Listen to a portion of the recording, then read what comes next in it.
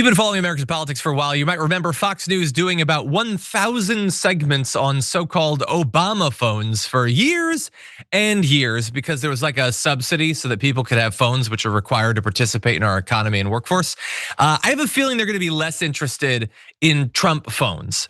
And the exciting thing about Trump phones is that you already have one. Hundreds of millions of people do. It's just a phone that now is not gonna be anywhere near as private as it was because ICE is buying all of this software being paid for by the government that lets them just access your private information across a wide range of incredibly popular apps.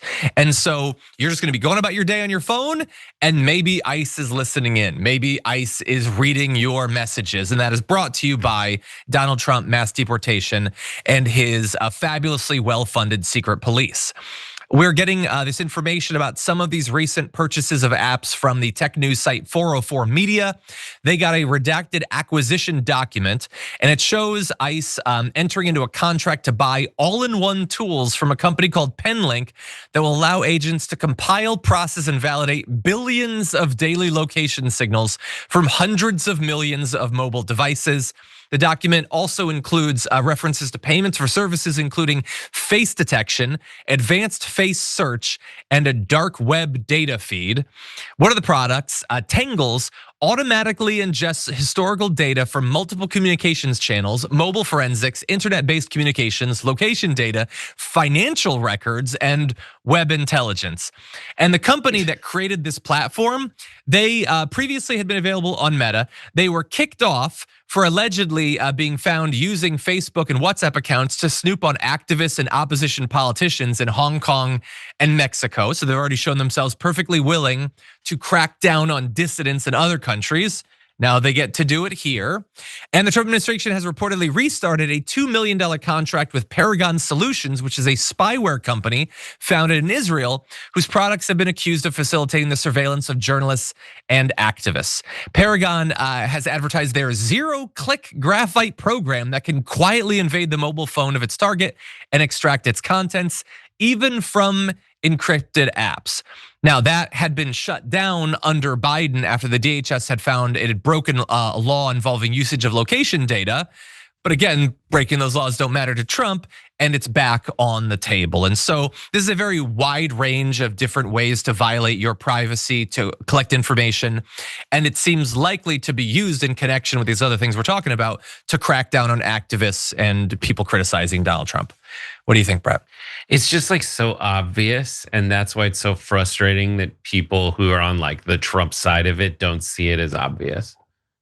Like that's the problem, is they've built so much, and I don't even think it's just them, it's more glaring on their side of it, to me anyways.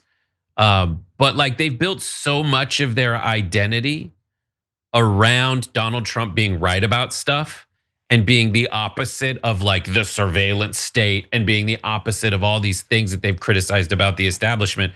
But like watching people slowly come to the realization is fun that he is not, coming to the realization that he is not symbolic of those things they thought he was. That's fun to watch. And it's wildly infuriating to watch them be like, listen, the surveillance state's out of control. The government's too big. Big brother is in our pocket. So we should be with Donald Trump. And then when you show them this kind of data, it's just like, it doesn't look like anything to me. But like, at least the comedians, like the Tim Dillons of the world, are loudly criticizing this move. Now they end up saying stuff and are they vaguely, what's that? Yeah. I couldn't tell if that was sarcastic. Okay, good. No, they are. Like Tim Dillon, just like he's like Palantir, Palantir, Palantir is a surveillance state. This is bad. The Kash Patel, he's criticizing them. Even like Jimmy Dore's criticizing Kash Patel and the FBI doing all their investigations. Someone might found that the other day. That was like a full circle moment. So that's nice. But like, there's a lot of people who are kind of waking up to this. And is it the crack that will end up creating like the dam busting moment and they'll all abandon him? I don't know. The right wing has invested literally millions, hundreds of millions, if not billions of dollars, and they've created billions and billions of dollars in wealth for themselves, creating these like information bubbles. so that they can rob you with the other hand or investigate you with the other hand. There's a lot more, but I think that's enough for me. There is, and just to end the segment, some of the places that they're going to be able to snoop in and take information from include Facebook, Reddit, TikTok, and even Russia's VKontakte, if any of you were using that.